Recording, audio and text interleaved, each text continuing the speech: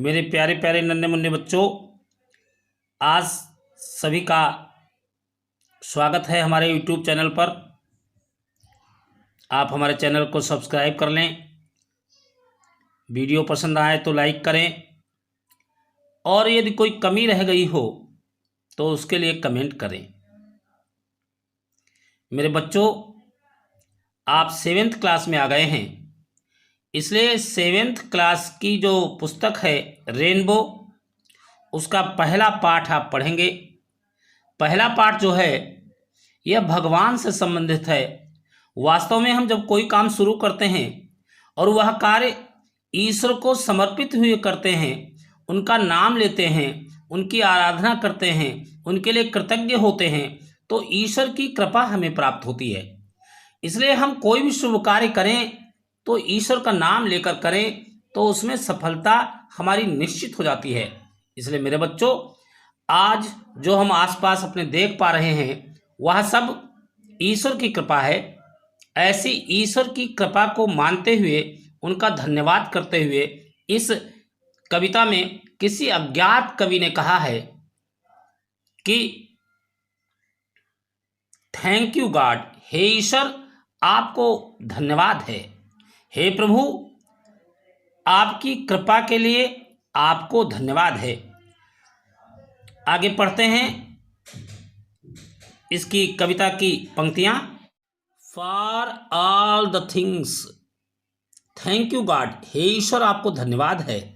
For all the things, सभी चीजों के लिए। अराउंड अस, जो हमारे चारों ओर हैं। बिग एंड स्मॉल, बड़ी और छोटी। हे ईश्वर, जो बड़ी और छोटी हमारे चारों ओर जो सारी की सारी वस्तुएं हैं, उनके लिए आपको धन्यवाद है। For all the creatures, creatures कहते प्राणियों को। ऑन दिस अर्थ, इस पृथ्वी पर, इस पृथ्वी पर सभी प्रकार के प्राणियों के लिए, जो छोटे हों अथवा लंबे हों, अर्थात चाहे वो चींटी हो या सबसे बड़ा जीव व्हेल हो, इन सभी प्रकार के प्राणियों के लिए आपको धन्यवाद है। For the lovely blue sky, हे ईश्वर यह प्यारा सा नीले आकाश के लिए आपको धन्यवाद है। द सन, सूर्य के लिए धन्यवाद है। द मून, चंद्रमा के लिए धन्यवाद है। एंड ऑल, और सभी प्रकार के जो अंतरिक्ष में पाए जाने वाले उल्का पिंड हैं, जो ग्रह हैं, उपग्रह हैं, नक्षत्र हैं, इन सभी के लिए आपको बारंबार धन्यवाद है। ऑलमाइटी गॉड, हे सर्वशक्तिमान ईश्वर, वी थैंक यू, हम आपको धन्यवाद देते हैं। And to you we call, और हम आपको ही पुकारते हैं। Bless each one of us, bless आशीर्वाद दे दो। ईच वन ऑफ अस, हम में से प्रत्येक को आशीर्वाद प्रदान करो। In your name as we pray, as we pray, जैसे ही हम आपकी प्रार्थना करते हैं। योर नेम, आपके नाम की, जैसे ही हम आपके नाम को जपते हैं, उस जपने के कारण आप हम सभी पर अपना आशीर्वाद बनाए रखें। आप मुझे आशीर्वाद दें। गिव अस लव, हमें प्रेम दे दें, स्नेह दे दें, प्यार प्रदान कर दें। काइंडनेस, दयालुता प्रदान करें, ताकि मैं सभी जीवों के लिए दयालु बन सकूं। एंड करेज, और साहस दे दें। डे बाई डे, जैसे जैसे दिन पर दिन अर्थात जैसे जैसे हम बड़े होते जाएं, विकसित होते जाएं, उसी प्रकार से आप मुझ पर स्नेह, दयालुता और साहस प्रदान कर दें। May we live in peace, हे ईश्वर हम पीस, शांति में रह सकें। एंड हार्मनी, और मेल जोल के साथ, सामंजस्यता के साथ। वेयर वी स्टे, जहाँ कहीं हम रहें। स्टे मीन्स रहना, ठहरना। जहाँ हम कहीं रहें, हम शांति और सामंजस्य से रह सकें। गिव अस द स्ट्रेंथ, हे प्रभु मुझे इतनी ताकत तो जरूर दे देना, टू सर्व यू, आपकी सेवा करने के लिए। हे ईश्वर मुझ में इतनी ताकत जरूर बनाए रखना कि मैं आपकी सेवा कर पाऊं। कम व्हाट में, और जो भी हो, कम जो मैं चाहूं, जो घटित हो, जिस प्रकार की परिस्थितियां आए, लेकिन आप इतनी ताकत मुझे अवश्य दे दें ताकि मैं आपकी प्रेयर कर सकूं, आपकी प्रार्थना कर सकूं, आपकी सेवा कर पाऊं। Be with us O God, हे ईश्वर बी विद अस, आप हमारे साथ सदैव बने रहो। बी होना, बने रहना, विद अस ओ गॉड, हे ईश्वर आप सदैव हमारे साथ रहो।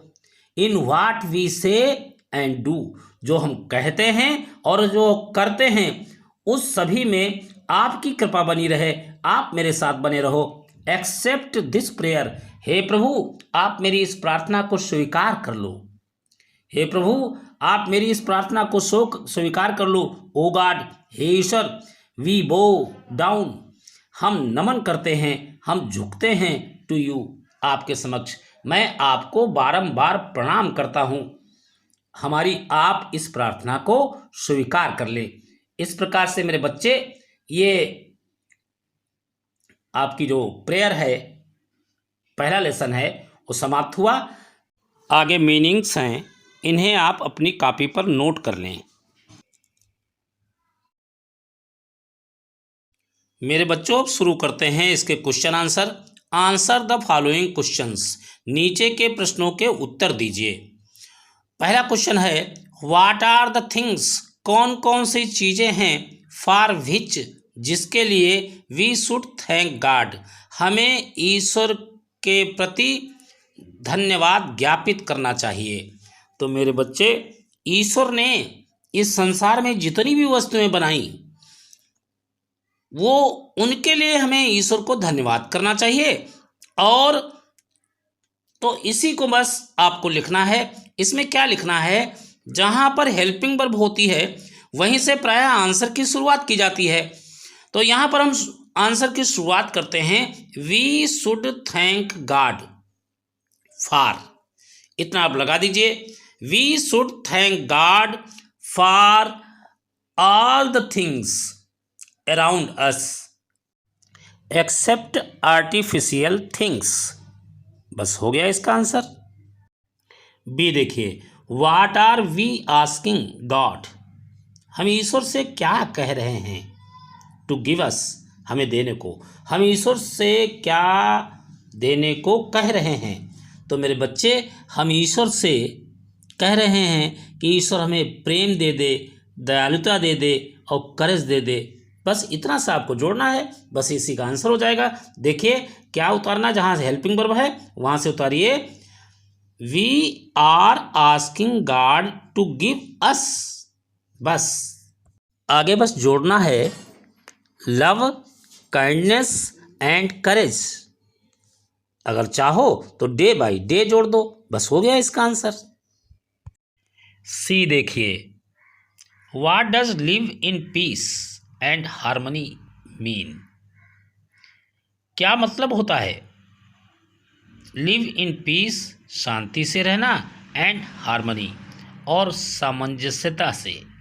तो मेरे बच्चे इसका मतलब होता है, आंसर देखिए आंसर की शुरुआत हेल्पिंग वर्ब के पास से करते हैं, इसलिए उतार लीजिए आंसर लिखते समय, live in peace and harmony means, और जोड़ दीजिए is that we should live with each other in peace, अर्थात हमें एक दूसरे के साथ शांति से रहना चाहिए। अगर आप चाहें तो इसमें विदाउट डिस्क्रिमिनेशन भी जोड़ सकते हैं, बिना भेदभाव के, लेकिन कोई आवश्यक नहीं, इससे ऐसा ठीक है। डी देखिए, why does the poet want strength, कवि ताकत क्यों चाहता है। तो मेरे बच्चे वह भगवान की सेवा करने के लिए ताकत चाहता है, इसलिए इसकी आंसर की शुरुआत ऐसे करें, जहाँ पर हेल्पिंग वर्ब है डज, उसके पास से आंसर की शुरुआत कर दें। द पोएट वांट का हो जाएगा वांट्स स्ट्रेंथ, और थोड़ा सा जोड़ना है टू सर्व गॉड। बस हो गया आंसर। ई देखिए, what does the word almighty mean? शब्द ऑलमाइटी का मतलब क्या होता है इन द पोएम, कविता में? तो मेरे बच्चे, ऑलमाइटी मीन्स होता है सर्वशक्तिमान, जो जिसमें बहुत बड़ी ताकत हो। तो इसका आंसर इस प्रकार से लिखिए, the word almighty means in the poem.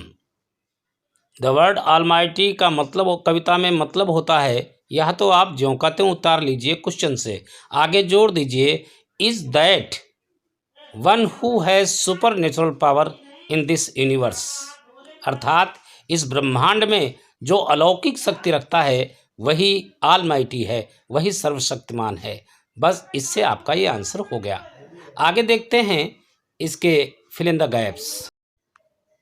Complete the given stanza, दिया गया स्टेंजा पूर्ण करो, फ्रॉम द पोएम, कविता से।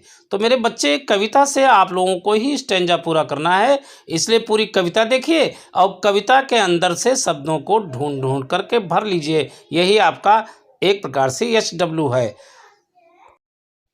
मेरे बच्चों, ये शब्द भी fill in the letters to from meaningful words given in the poem, कविता के अंदर दिए गए ये मीनिंगफुल शब्दों का निर्माण करना है, लेटर्स को भर के, अक्षरों को भर के। तो पहला दिया हुआ है हारमनी, आप देख लेंगे।